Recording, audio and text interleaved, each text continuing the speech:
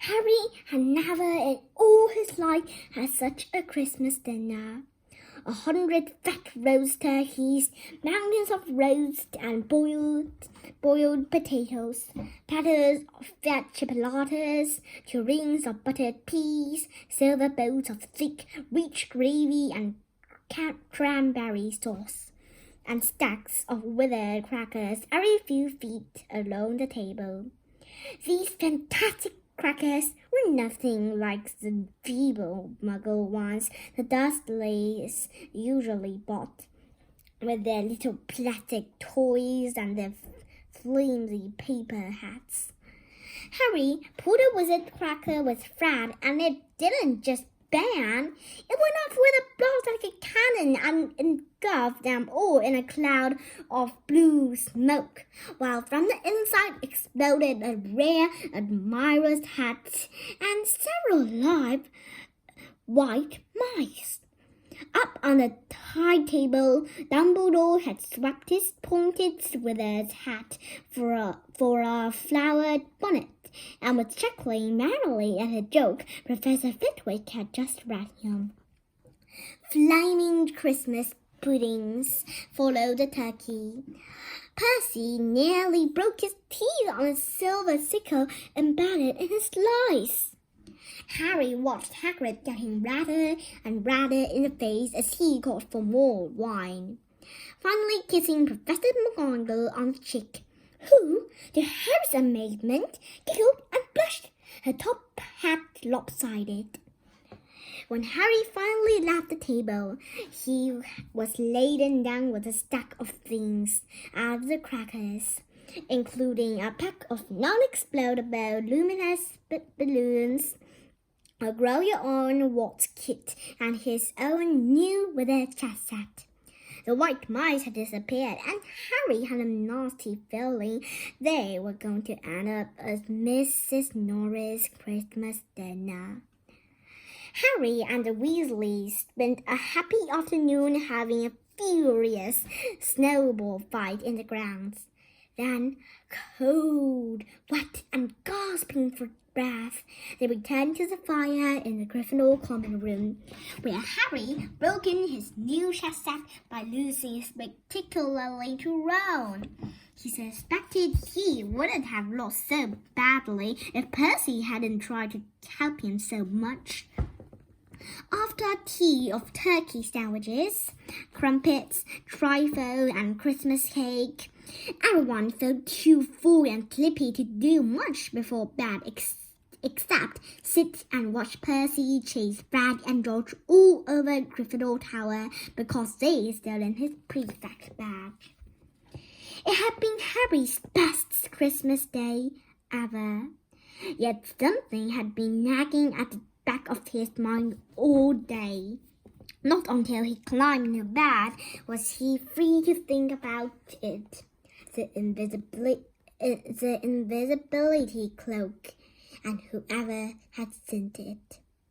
Ron, full of turkey and cake, and with nothing mysterious to bother him, fell asleep almost as soon as he drawn the curtains off his four-poster.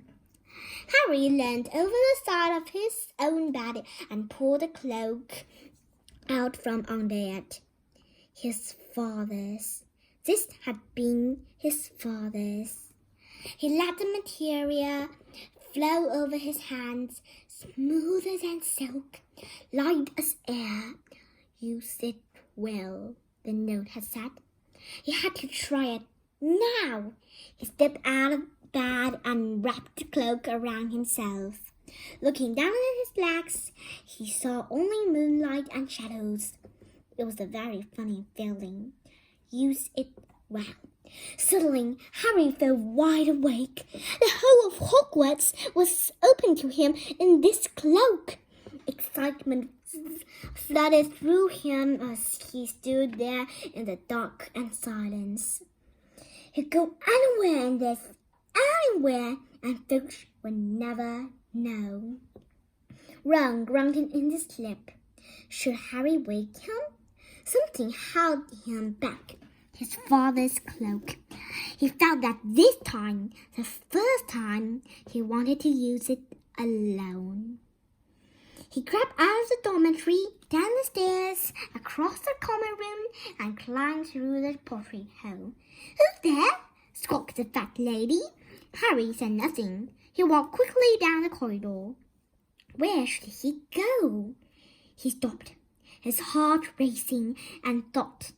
And then it came to him, the restricted section in the library.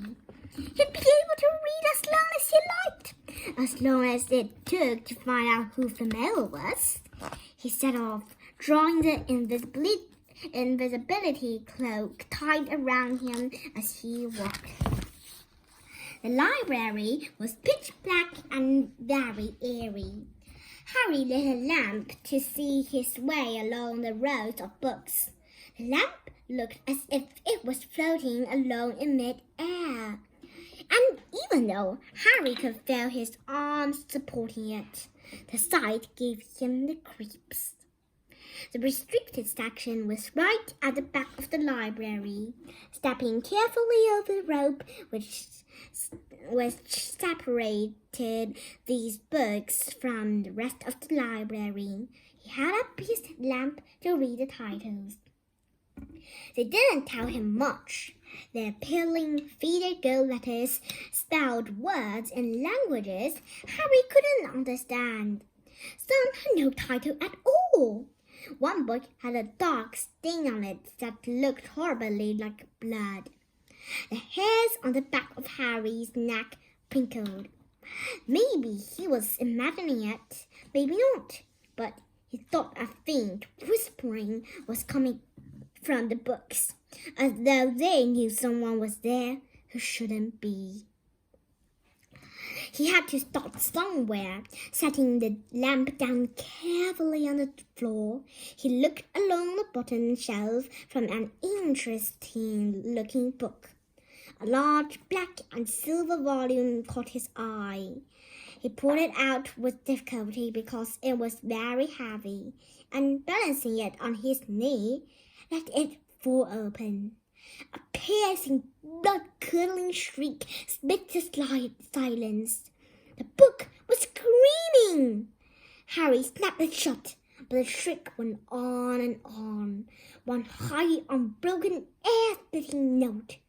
He stumbled backwards and knocked over his lamp, which went out at once. Panicking, he heard footsteps coming down the corridor outside. Stuffing the shrinking book back on the shelf, he ran for it. He passed Filch almost in the doorway.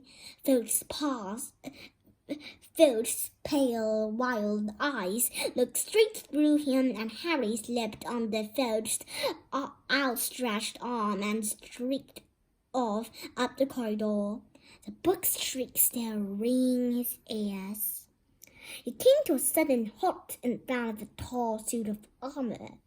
He had been so busy getting away from the library, he hadn't paid attention to where he was going. Perhaps because it was dark, he didn't recognize where he was at all.